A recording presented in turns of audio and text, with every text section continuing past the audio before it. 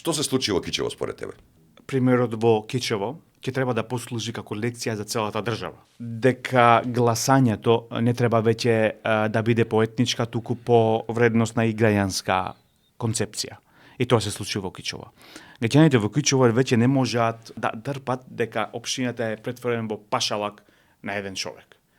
И јас сигурен сум дека влијае многу, за да се има таков резултат, влијае многу и прислушуваните разговори што се појавија во јавноста.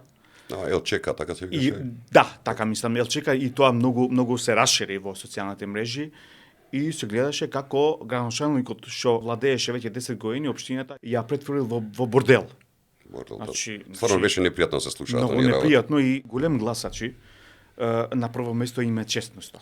Па после други работи. И затоа имавме таков резултат. Но и да не беа овие прислушувани разговори, треба да се запрашаме што направи овие 10 години Фатмир Дехари. Значи главниот виновник зошто победи Александар Јовановски во Кичево е Фатмир Дехари.